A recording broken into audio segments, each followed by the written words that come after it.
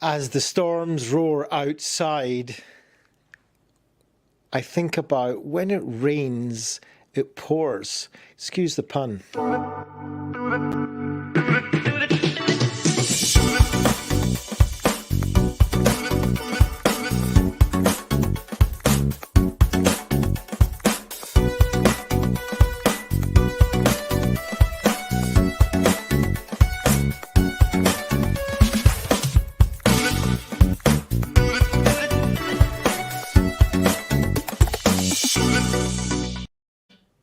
So this is the first day of my 11th week, my second last week in this 12-week challenge. And as I explained at the beginning, the reason why I made it a 12-week challenge is because of Parkinson's law, which says whatever time you have, that's the time you'll use. So if I made this a 20-week or a 6-month challenge, I would probably get the same amount of work done in 6 months. So by constricting it down to 12 weeks, then it kind of pushes me into that mode where I get everything done in 12 weeks. And that's all great, said and done. But what I also need to take into consideration is another's law or another theory, which is Pareto. Pareto is the 80-20 rule. And the 80-20 rule says 80% of the work gets done in 20% of the time, and it's usually that 20% running up to the deadline. So that's exactly what's happening to me now. So as everything was churning along quite nicely at a really nice pace, of course I had a little bit of space in the middle because of COVID illness, but that's come back and I've taken it up from where I left off. Everything's fine. But as I'm getting into that final 20%, if you like, pressure is on, things are happening. And as Murphy's Law says, whatever will go wrong, whatever can go wrong will go wrong. So it's not wrong, of course, but other things are kind of coming in. So little seeds that I've been planting over the last year or so, well, would you know, are coming to fruition in these last 2 weeks of my 12-week challenge. So last week, at the end of the week, unexpected to me, I started to get really busy in another project that I'm doing. And so this week, I'm starting a new project that has taken a year to get off the ground. So a number of projects coming together towards the end of my 12-week challenge. What does one do? Well, apart from rejoicing, this is a blessing, this is wonderful. Gratitude is really important here. Understanding that this is what I've been working for, okay? So even though the pressure is now on, it's a good pressure, if you like, okay? So one goes into stress, but it's not necessarily distress if we take that perspective that this pressure, if you like, is pressure that, well, I invented, if you like. I worked towards. This is what I wanted to get to. Yeah, I might not all want it on the 1 week, you know, but we don't always get what we want. And when we don't get what we want, we get a sense of frustration.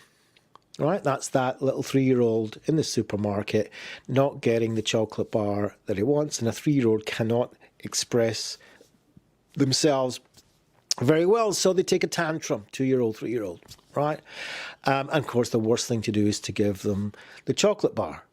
Of course, we all give them the chocolate bar, and that's why we learn to kind of feed that tantrum.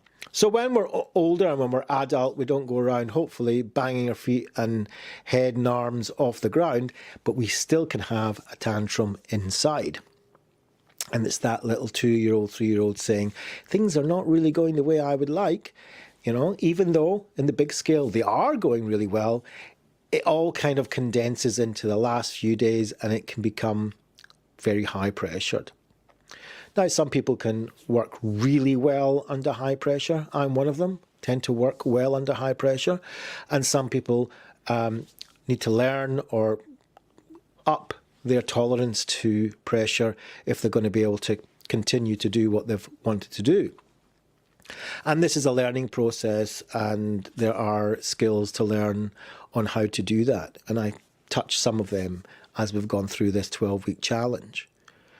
But when it all comes together, then it's about, taking deep breaths, standing back and seeing what needs done first. Priorities might change.